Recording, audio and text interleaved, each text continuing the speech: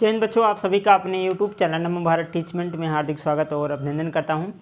तो कल की क्लास में हम सब बच्चों प्रश्नावली 1.3 के जो है प्रमेय 1.3 और 1.4 पूरा कवर कर चुके थे और जिसमें हम सब पढ़ चुके थे कि अपरमेय को हम कैसे सिद्ध करें। कोई संख्या अगर अपरमेय है तो उसको हम कैसे सिद्ध कर सकते हैं, कैसे दिखा सकते हैं हाँ कि वास्तव में अपरमेय है। तो इसके बारे में हम सब कल के क्लास में चर्चा कर चुके थे। तो आज के इस क्लास में हम सब पढ़ेंगे उदाहरण नंबर 8 और इसके पहले उदाहरण नंबर 9 पढ़ेंगे और इसके पहले हम सब उदाहरण नंबर 8 जो है प्रश्नावली 1.2 में पूरा पढ़ चुके हैं। तो चलिए देखते हैं उदाहरण नंबर 8 क्या है। ठीक है, उदाहरण नंबर 9 क्या है। उदाहरण नंबर 9 क्या कह रहा है कि √3 एक अपरमेय संख्या है। तो कल के क्लास में हम सब √2 एक अपरमेय संख्या सिद्ध कर चुके थे। उसी तरीके से एकदम सेम टू सेम हम यहाँ पर सिद्ध करेंगे कि √3 एक अपरमेय संख्याएं होती हैं। इसको कैसे हम सिद्ध करेंगे। ठीक है, आइए देखते हैं एक एक स्टेप ध्यानपूर्वक देखिएगा, क्योंकि कल हम जो है इसका अपरमेय वाला प्रश्न बहुत विस्तार में डिटेल्स में बता चुके हैं, है ना। यहाँ पर सिर्फ किस आधार पर प्रश्न को लिखेंगे एग्जाम में, आइए यहाँ पर देखते हैं। तो चलिए शुरू करते हैं। तो सबसे पहले बच्चों आप यहाँ पर क्या करना है कि जो हमारे पास संख्या दे रखा है जिससे कह रहा है कि सिद्ध कीजिए कि आप एक अपरमेय संख्याएं हैं, इसको आप सिद्ध करना है। तो यहाँ पर आप इसको मानेंगे कि ये एक परमेय संख्या है। ठीक, यही मान के आप यहाँ पर काम करेंगे कि मान लेते हैं यह एक परमेय संख्या है। अगर यह परमेय संख्या है तो इसे हम P/Q के रूप में लिख सकते हैं। ठीक है, बस इतने काम आपको करना है मानकर बस, और आगे तो सेम टू सेम होता जाएगा। चलिए देखिए यहाँ पर सब पहले लिखेंगे कि माना √3 एक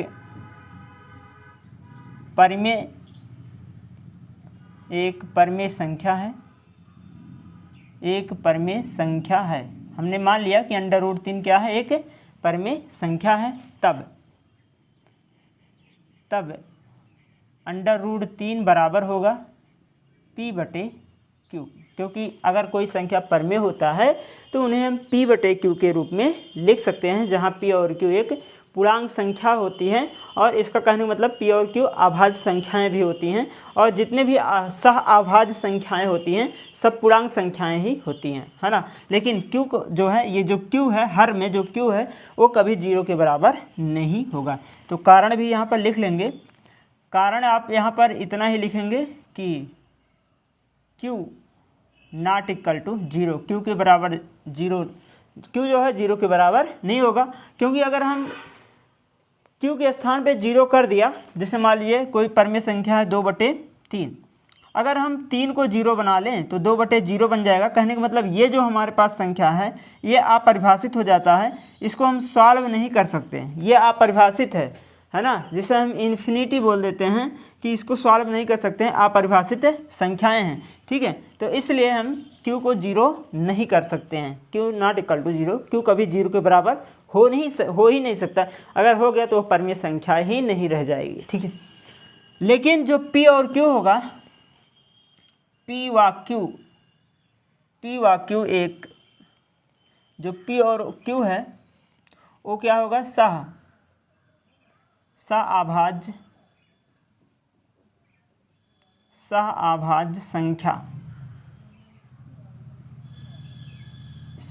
संख्या है। अर्थात मासा जो होगा HCF बोल दे रहे हैं, HCF बराबर 1। ये कहने का क्या मतलब है, अर्थात HCF 1, इसका कहने का क्या अर्थ है, एक बार के लिए समझ लीजिए ध्यान से। हमने क्या लिखा कि मान लिया कि √3 एक परमेय संख्या है। ठीक है, देखिए बच्चों अगर आप इसको ध्यान से समझ लेते हैं ना तो एक सवाल समझ जाइए, बाकी चाहे √3 आए, चाहे जो है 5 आए, चाहे 7 आए, चाहे 2 आए, कोई प्रॉब्लम ही नहीं यार, सब एकदम सॉल्व कर सकते हो, सिर्फ एक सवाल समझने की देरी है। ठीक है, तो सबसे पहले हम क्या करेंगे कि माना √3 एक परमेय संख्या है। पहले मान लेंगे कि √3 एक परमेय संख्या है, लेकिन हमको अपरमेय सिद्ध करना, लेकिन हम उसका उल्टा मान के करेंगे। अगर √3 एक परमेय संख्या है तो उसे हम बताओ P/Q के रूप में लिख सकते हैं, क्योंकि परमेय संख्या होते हैं जिन्हें हम P/Q के रूप में लिख सकते हैं। ठीक है, जहाँ Q not equal to zero, Q कभी जीरो के बराबर नहीं होगा। अगर जीरो के बराबर हो जाता है तो अपरिभाषित हो जाएगा, अपरिमेय संख्या रह ही नहीं जाएगा। ठीक है, बात समझ में आया इतना। अब इसके बाद जो पी व क्यू है, जो पी और क्यू है वो सहअभाज्य संख्याएं होती हैं। सहअभाज्य संख्याएं क्या हैं? मूल संख्या है जिनका मासापा सदैव 1 होता है, हमेशा मासापा सिर्फ 1 आ जाए, वो क्या होती हैं?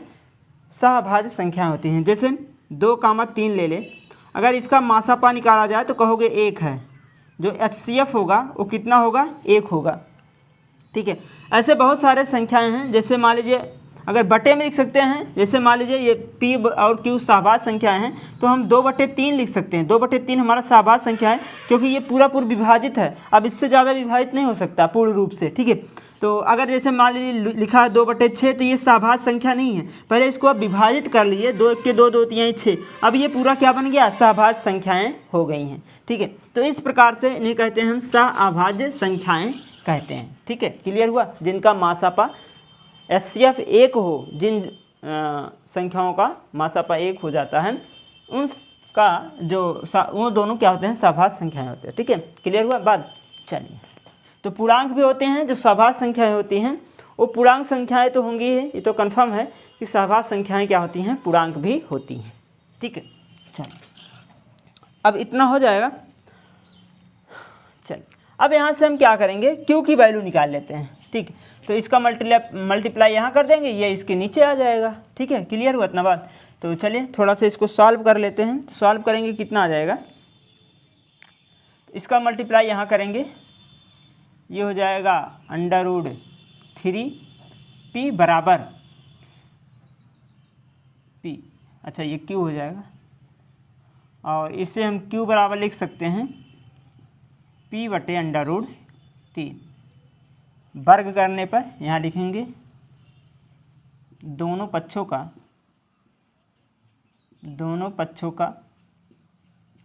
वर्ग करने पर, तो जब दोनों पक्षों का आप वर्ग करोगे तो ये हो जाएगा आपका q² बराबर p²/3। ठीक है, इसको आप डाल देंगे समीकरण नंबर, ये जो आपका है इसे हम डाल देंगे समीकरण नंबर 1। ठीक है, इतना क्लियर हुआ बात? ठीक है, अब यहाँ से अब आपको पता है कि P और Q एक पूर्णांक संख्या है। ठीक है, तो लिखेंगे यहाँ पर कि चूँकि Q एक पूर्णांक संख्या है, पूर्णांक संख्या है, इसलिए Q² भी पूर्णांक संख्या होगी,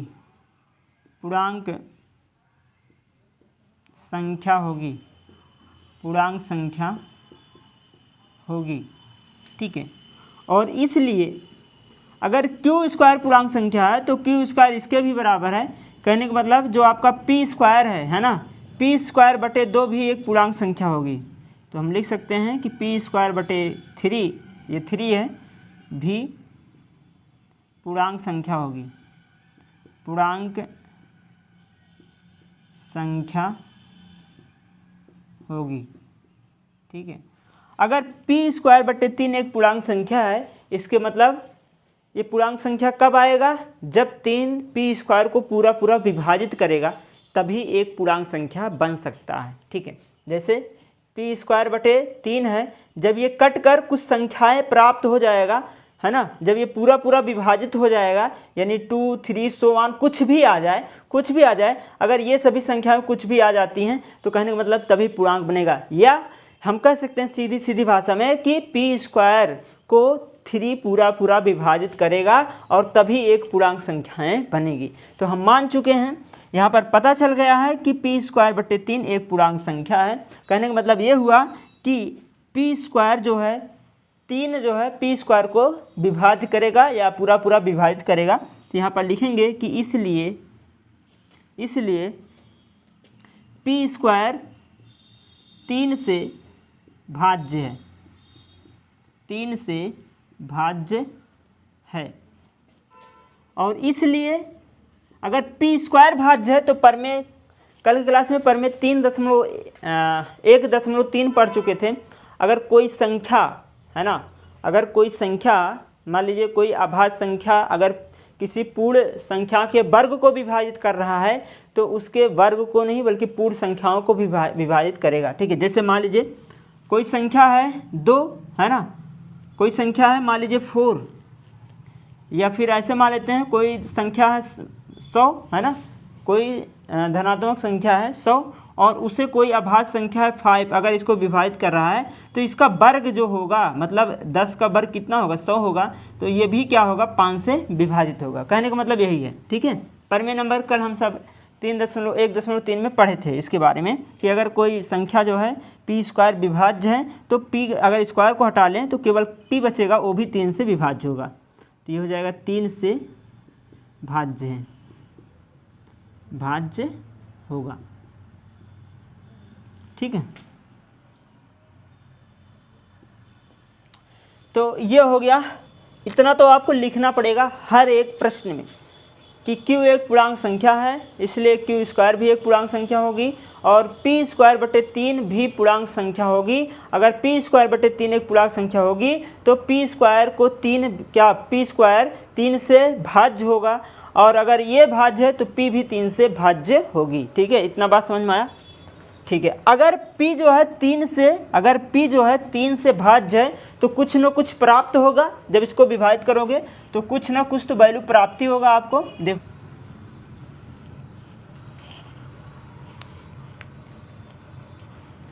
लिखेंगे कि माना, क्या माना कि p बटे 3 बराबर है कुछ a के, हमने मान लिया कि a के बराबर, मतलब p बटे 3 को भाग करने पर a प्राप्त होता है ना। कुछ जब इसको आप भाग करेंगे तो कुछ ना कुछ पूर्णांक संख्याएं प्राप्त होंगी क्योंकि ये भाज्य है और ये पूर्णांक संख्या, इसके मतलब जहाँ a क्या है एक पूर्णांक संख्या है, a पूर्णांक संख्या है, a पूर्णांक संख्या है, जहाँ a क्या है एक पूर्णांक संख्या है। तो अब यहाँ से हम p की वैल्यू निकाल लेते हैं, इसकी मल्टीप्लाई यहाँ कर लेंगे तो ये गया इसके पास, तो p बराबर कितना हो जाएगा 3a हो जाएगा और इसको हम डाल देंगे समीकरण नंबर 2। ये हो गया आपका समीकरण नंबर 2। ठीक है, अब ये जो p की वैल्यू आया है हम इस समीकरण नंबर 1 में रख लेंगे तो लिखेंगे p का मान समीकरण, ऐसा क्यों कर रहे हैं क्योंकि q की वैल्यू निकालने के लिए, तो p और q दो वैल्यू निकालना पड़ेगा आपको। तो p का मान समीकरण 1 में रखने पर तो इसमें जब रखोगे तो ये हो जाएगा q स्क्वायर बराबर p की वैल्यू कितना है 3a है तो यहाँ पर हम रख लेंगे कितना 3a,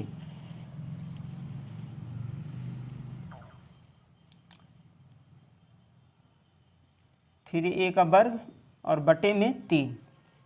ठीक है, तो ये आपका हो जाएगा q स्क्वायर बराबर, बताओ कितना होगा, हल करेंगे तो ये हो जाएगा आपका 3 त्रिक 9 a स्क्वायर बटे 3 से भाग करेंगे तो ये आ जाएगा आपका 3a स्क्वायर।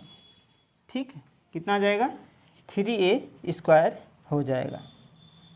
ठीक है, तो यहाँ से आप a स्क्वायर की मान निकाल लो। अगर यहाँ से हम a स्क्वायर की वैल्यू निकालें तो बताओ कितना आ जाएगा, तो यहाँ से अगर a स्क्वायर की वैल्यू ये इसके बाद भाग हो जाएगा, यानी कि हम लिख सकते हैं a स्क्वायर बराबर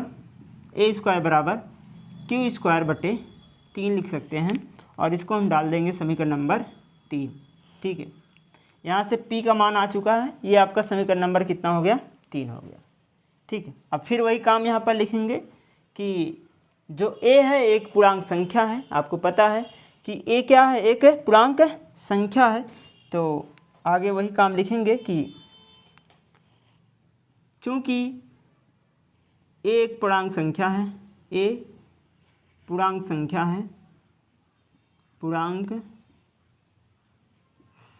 है, ठीक है, a क्या है एक पूर्णांक संख्या है, इसलिए a स्क्वायर भी पूर्णांक संख्या होगी, पूर्णांक संख्या होगी, है ना। और इसीलिए Q²/3 भी पूर्णांक संख्या होगी, पूर्णांक संख्या होगी। और अगर ये पूर्णांक संख्या है, जैसे यहाँ पर हमने बताया कि P²/3 एक पूर्णांक संख्या है, तो इस कहने का मतलब अगर Q²/3 एक पूर्णांक संख्या है, कहने का मतलब ये हुआ कि 3 जो Q² है 3 से पूरा पूरा विभाज्य है। तो यहाँ से लिखेंगे कि इसलिए Q² जो Q² है 3 से भाज्य है, 3 से भाज्य है। और इसलिए P जो Q है वो भी 3 से भाज्य होगा, भाज्य होगी, जो कि प्रमेय नंबर हम सब पढ़ चुके हैं। प्रमेय नंबर यहाँ पर 3.1, चाहे तो यहाँ पर लिख लेंगे। ये प्रमेय क्या कह रहा है, प्रमेय 1.3 से हम इसको पढ़े हैं।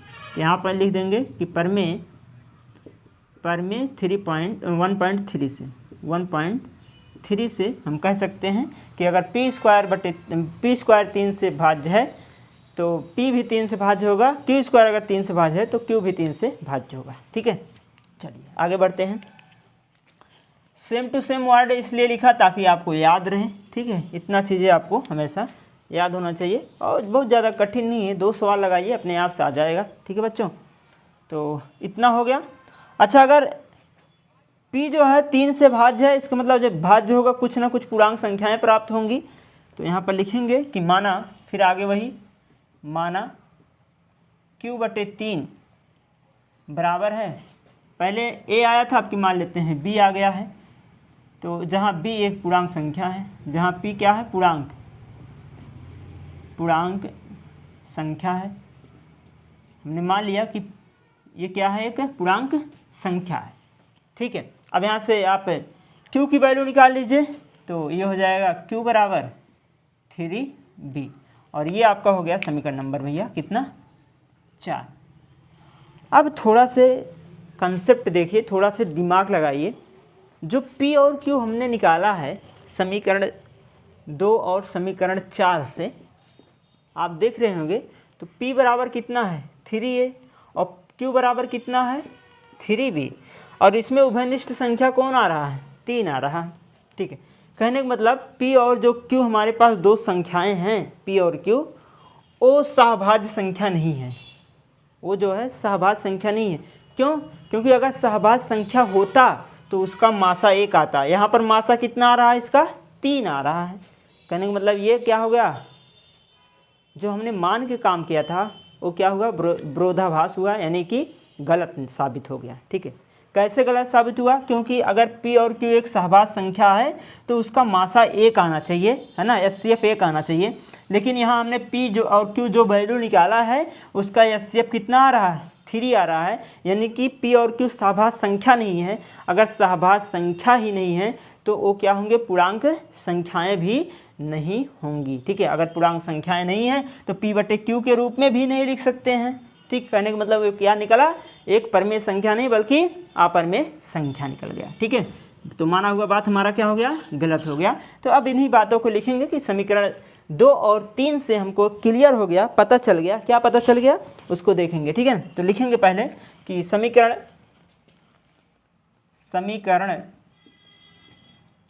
2 और 3 से 2 और 4 से, है ना, 2 और 4 से स्पष्ट है,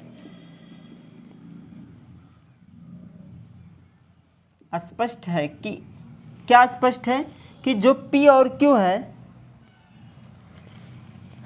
जो आपका 3 है, 3 P व Q का उभयनिष्ठ गुणनखंड है,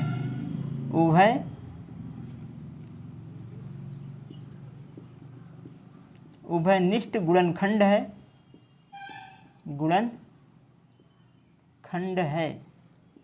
तो अभी हमने यहाँ पर देखा कि 3 क्या निकला, दोनों का P का और 3 का Q का दोनों का मासापा आया था, मतलब उभयनिष्ठ गुणनखंड है, उभयनिष्ठ अभाज्य गुणनखंड है। ठीक है, जो कि P व Q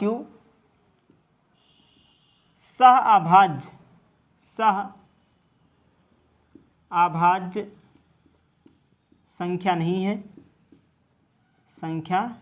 नहीं है, जो कि हमारी पूर्व कल्पना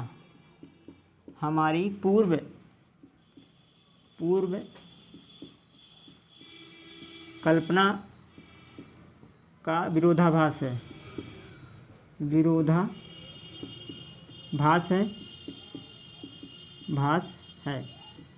अतः हमारी पूर्व कल्पना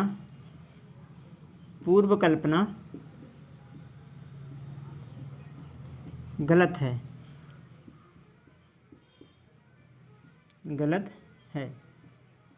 ठीक है, हमारी जो पूर्व कल्पना हमने जो माना था कि यह एक सहअभाज्य संख्या है, तो वो हमारी क्या निकली? गलत निकली। अतः √2 एक परमेय संख्या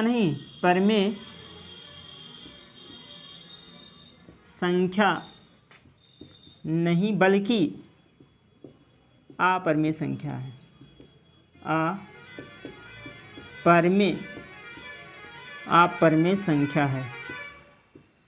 अपरमेय संख्या है।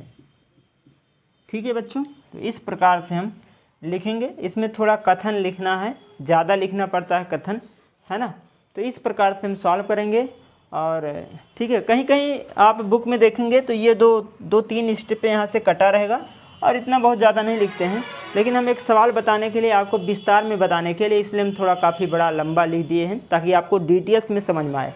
और ऐसा लिखेंगे एग्जाम में एकदम पूरा अच्छे से आपको नंबर भी मिलेगा। ठीक है, तो ये था उदाहरण नंबर 9 आपका।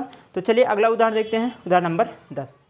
तो अगला उदाहरण है बच्चों उदाहरण नंबर 10। इसमें कह रहा है कि 5 - √3 एक अपरमेय संख्या है। देखिए अब की बार पैटर्न चेंज हो चुका है ना। अब तक हम सब सिंगल परमेय संख्या के रूप में, अपरमेय संख्या के रूप में पढ़ रहे थे, अब इसमें डबल हो गए हैं। 5 - √3 एक अपरमेय संख्या है, ये आपको दिखाना है, सिद्ध करना है। ठीक है, तो चलो शुरू करते हैं। सेम टू सेम है ना, बल्कि एक बड़ा छोटा है, थोड़ा सा छोटा है उससे, है ना। आइए देखिए शुरू करते हैं। सबसे पहले लिखेंगे कि माना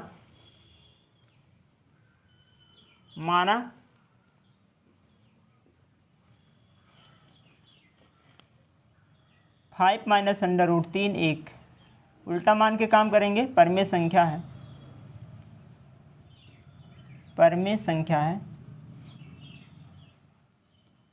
अगर ये परमेय संख्या है तो इसको बताओ P/Q के रूप में लिख सकते हैं कि नहीं? तो लिख सकते हैं। तो लिखेंगे तब 5 - √3 जो बराबर होगा वो P/Q के बराबर होगा। अब इसको लिखेंगे कि जहाँ Q ≠ 0, Q 0 के बराबर नहीं है, और P व Q सहअभाज्य संख्या है, सहअभाज्य संख्या है। ठीक है, इतना बात समझ में आया? इतना तो पुराना बात है, करते आ रहे हैं।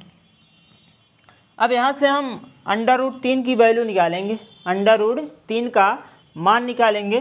तो इसका मल्टीप्लाई यहाँ कर दें, है ना, ये यहाँ पर मल्टीप्लाई हो जाएगा। तो कहने का मतलब इसको यहाँ पर ले आ रहे हैं, पक्षांतर कर रहे हैं P/Q को, तो ये हो जाएगा आपका 5 - P/Q और बराबर हो जाएगा √3। हमने पक्षांतर कर लिया है। इसको डाल देंगे समीकरण नंबर, या फिर थोड़ा से और सॉल्व कर लेते हैं, है ना, थोड़ा से और सॉल्व कर लीजिए।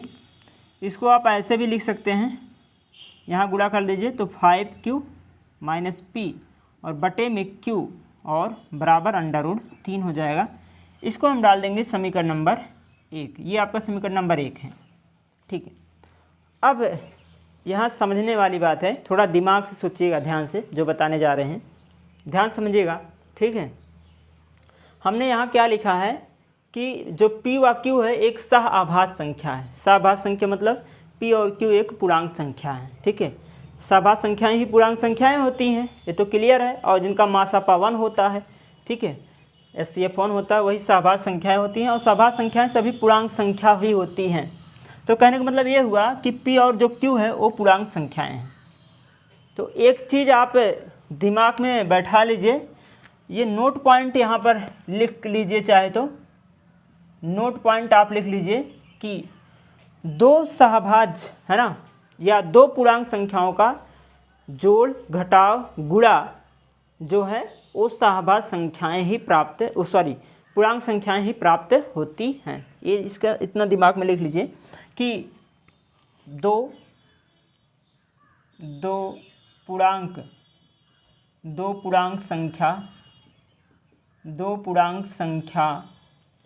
संख्याओं का जोड़ घटाव या जोड़ घटाव व गुणा जो है पूर्ण संख्या प्राप्त होती है। गुणा करने पर पूर्णांक संख्या प्राप्त होती है। पूर्णांक संख्या ही प्राप्त होती है।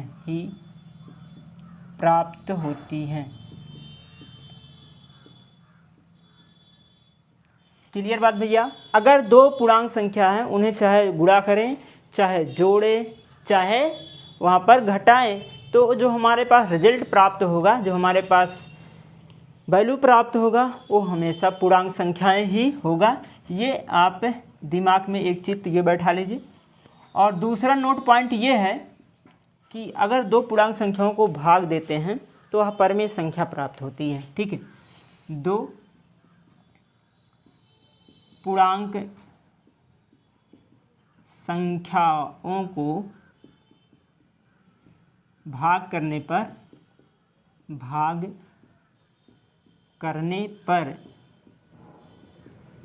परमेय संख्या प्राप्त होती है। ये भी याद रहना चाहिए, है ना। तो अगर हम दो पूर्णांक संख्याओं को भाग दें तो वह एक परमेय संख्या प्राप्त होती है। क्या प्राप्त होती है? एक परमेय संख्या प्राप्त होती है। और परमेय संख्या अगर कहोगे सर जी कि अगर दो पूर्णांक संख्याओं को भाग करें तो क्या पूर्णांक संख्या नहीं आती है?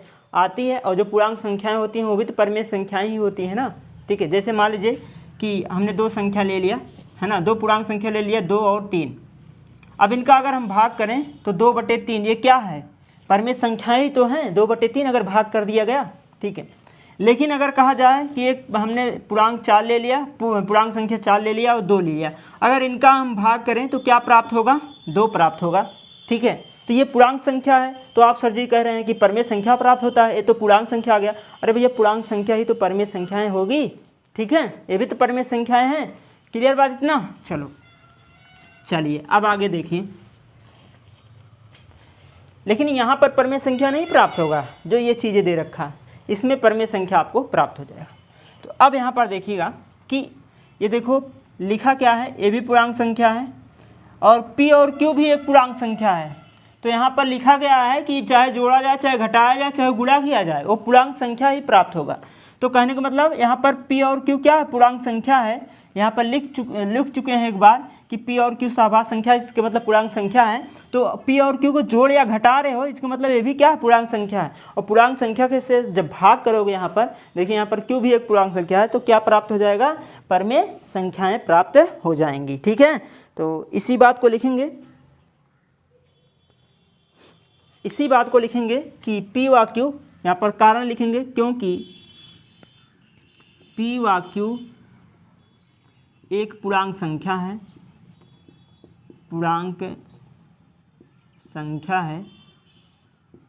P व Q क्या है? पूर्णांक संख्या है। इसलिए 5P माइनस Q रहेगा, 5Q माइनस P भी पूर्णांक संख्या होगी, ठीक है। अगर 5 minus Q minus 5q minus p भी एक पूर्णांक संख्या है, तो हम कह सकते हैं, देखिए यहाँ पर जोड़ने या घटाने पर क्या प्राप्त होता है, पूर्णांक संख्या प्राप्त होता है, जो कि इसका मतलब 5q माइनस p भी एक क्या हो गया, पूर्णांक संख्या हो गया। ठीक है,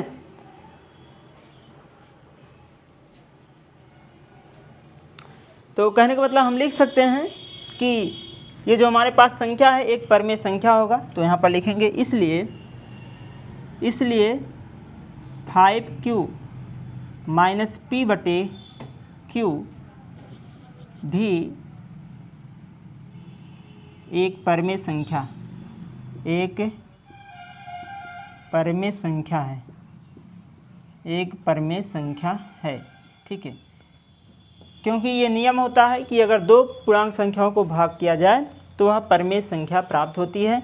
तो ए भी पूर्णांक परमेय संख्या और ए भी पूर्णांक संख्या, जब पूर्णांक संख्या को पूर्णांक संख्या से भाग कर रहे हो तो क्या प्राप्त होगा, वो परमेय संख्या प्राप्त हो जाएगा। ठीक है, अब आगे सुनिएगा यहाँ से। अब समझने वाली बात यही है इतना कि अगर ये परमेय संख्या है तो परमेय संख्या अगर ये है तो समीकरण 1 क्या कह रहा है, समीकरण 1 ये कह रहा है कि 5 माइनस 3 अभी आपने सिद्ध कर चुके हैं कि √3 एक अपरमेय संख्या है। अभी इसके पिछले वाले क्वेश्चन में सॉल्व किए हैं उदाहरण नंबर 9 में कि √3 एक क्या है, एक अपरमेय संख्या है। तो अपरमेय संख्या कहने का मतलब ये भी अपरमेय संख्या होगा, लेकिन आपने क्या सिद्ध किया, एक परमेय संख्या सिद्ध कर लिया है, जो कि हमारे जो माना गया है पूर्व कल्पना जो है हमारा क्या हो गया, वो विरोधाभास हो गया, गलत निकला। ठीक है, अब लिखेंगे कि लेकिन समीकरण 1 से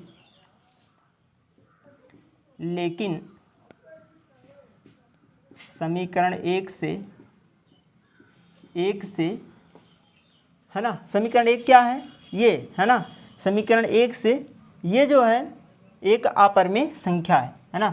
5 माइनस लिख दे रहे हैं 5q माइनस p अपान 3, 5q माइनस p अपान 3 एक अपरमेय संख्या है। आ बराबर √3 लिख दे रहे हैं, बराबर √3 एक अपरमेय संख्या है, अपरमेय संख्या है। ठीक है, ये समीकरण नंबर 1 से आपको पता चला है कि ये अपरमेय संख्या है, तो इसके सामने वाला भी अपरमेय संख्या ही होगा। कहने का मतलब ये जो है एक प्रकार का क्या है, अपरमेय संख्या निकला। तो हमारी पूर्व कल्पना क्या निकला, गलत निकला। ठीक है, तो आगे ही कथन लिख लेंगे, जो सब में करते आ रहे हैं उसी को यहाँ पर भी लिखेंगे। ठीक है ना,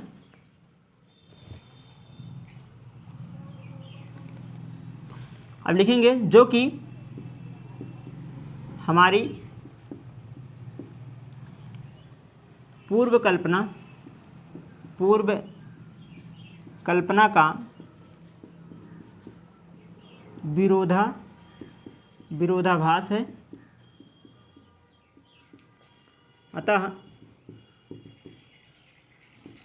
हमारी पूर्व कल्पना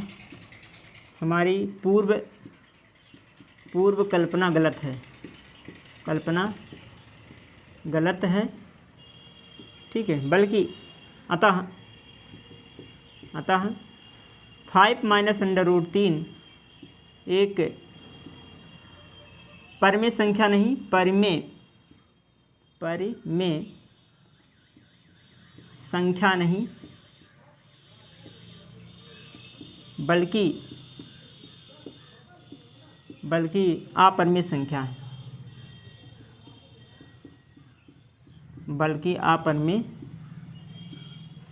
है, बस इतना ही आपको करना था।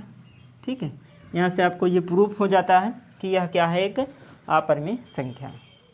ठीक है, ये छोटा है इस टाइप के प्रश्न में, जहाँ पर आपको दो परमेय दिख जाएंगे, अपरमेय दिख जाएंगे, वो हमेशा छोटा ही बनेगा इस तरह के। ठीक है, ये तो आपका नोट पॉइंट है, इतना याद करने के लिए हमने बता दिया है कि ये आपको पता होना चाहिए, और इसी कथन से ही ये जो है संभव हो पाया है आपको समझाने में।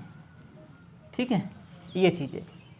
तो ये था आपका उदाहरण नंबर 10। तो चलिए अगला उदाहरण देख लेते हैं, उदाहरण नंबर 11। तो अगला उदाहरण है उदाहरण नंबर 11। इसमें क्या कह रहा है कि 3 √2 एक अपरिमेय संख्या है। ठीक है, यहाँ भी 2 अपरिमेय संख्या के रूप में दे रखा है, तो इसमें भी आपको दिखाना है कि 3√2 जो है एक अपरिमेय संख्या है। तो आइए शुरू करते हैं। एकदम same to same question number जो उदाहरण नंबर 10 कर चुके हैं उसी तरह से ये भी करेंगे। ठीक है, तो पहले मान लेंगे इसका उल्टा कि हमने माना कि जो 3√2 है एक परिमेय संख्या है, परिमेय संख्या है। अगर ये परिमेय संख्या है तो इसे हम p/q के रूप में लिख सकते हैं। तो तब हम इसको लिख सकते हैं कि जो 3√2 है ये बराबर होगा p/q के, और जहाँ इसको लिखेंगे कि जहाँ जो q होगा वो ≠0, 0 के बराबर नहीं होगा, और p व q सहभाज्य संख्या है, सहभाज्य संख्या है। ये क्या है? सहभाज्य संख्या है। ठीक है, तो अब यहाँ से हम √2 का मान निकाल लेंगे, √2 का वैल्यू। तो इसका देखिए यहाँ पर क्या करना है, इसका यहाँ पर गुणा कर लेंगे, या फिर इसको हम यहाँ पर गुणा कर लें, 3 को इधर ले आएँ तो ये हो जाएगा। हम इसको लिख सकते हैं कि p/3q और बराबर √2। ये हो गया आपका समीकरण नंबर, इसको डाल दे रहे हैं समीकरण नंबर 1। ठीक है, अब यहाँ पर फिर वही काम कि हमने माना है कि p और q एक सहभाज्य संख्या है, यानी कि पूर्णांक संख्या है। तो पूर्णांक संख्या अगर है तो पूर्णांक संख्याओं का भाग क्या प्राप्त होता है? अगर उनको भाग करें तो क्या प्राप्त होता है? एक परिमेय संख्या प्राप्त होती है। तो यहाँ पर लिखेंगे कि क्योंकि p व q एक पूर्णांक संख्या है, पूर्णांक संख्या है, पूर्णांक संख्या है, इसलिए p/3q परिमेय संख्या होगी,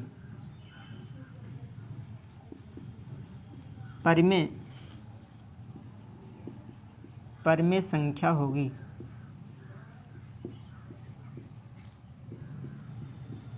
तो कहने का मतलब ये भी क्या है? एक परिमेय संख्या है। तो अगर ये एक परिमेय संख्या है तो समीकरण नंबर 1 क्या कह रहा है? ये तो अपरिमेय संख्या है, और अपरिमेय संख्या जो बराबर होगा वो भी अपरिमेय संख्या के साथ ही होगा। तो कहने का मतलब आप यहाँ पर क्या लिखे हो? ये परिमेय संख्या है, और यहाँ पर क्या सिद्ध हुआ है? अपरिमेय संख्या। तो कह सकते हैं कि समीकरण 1 से यहाँ पर लिखेंगे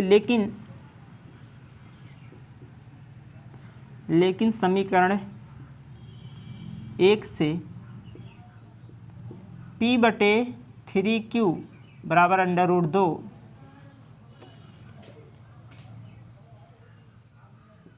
जो कि एक परिमेय संख्या, अपरिमेय संख्या है,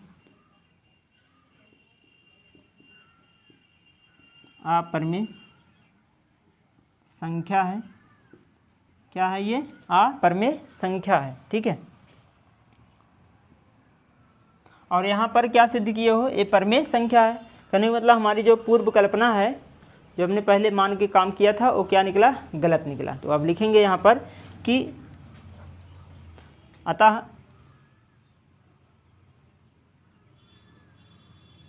या जो कि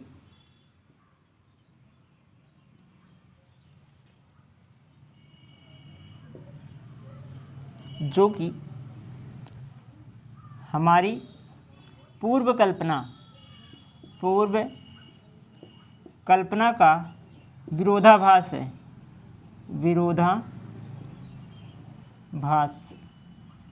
विरोधाभास है। अतः यहाँ लिख दे रहे हैं, अतः हमारी पूर्व कल्पना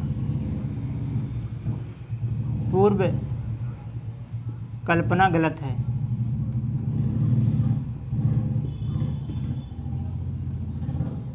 अतः हमारी पूर्व कल्पना कैसा है? गलत है। अतः ये जो हमारे पास है 3√2 एक परिमेय संख्या नहीं, परिमेय संख्या नहीं बल्कि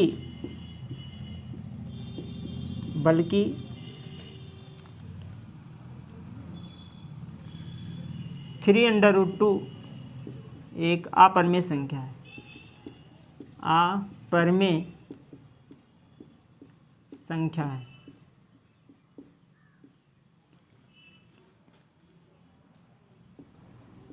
ठीक है, तो इस प्रकार से हम इसको सिद्ध करेंगे।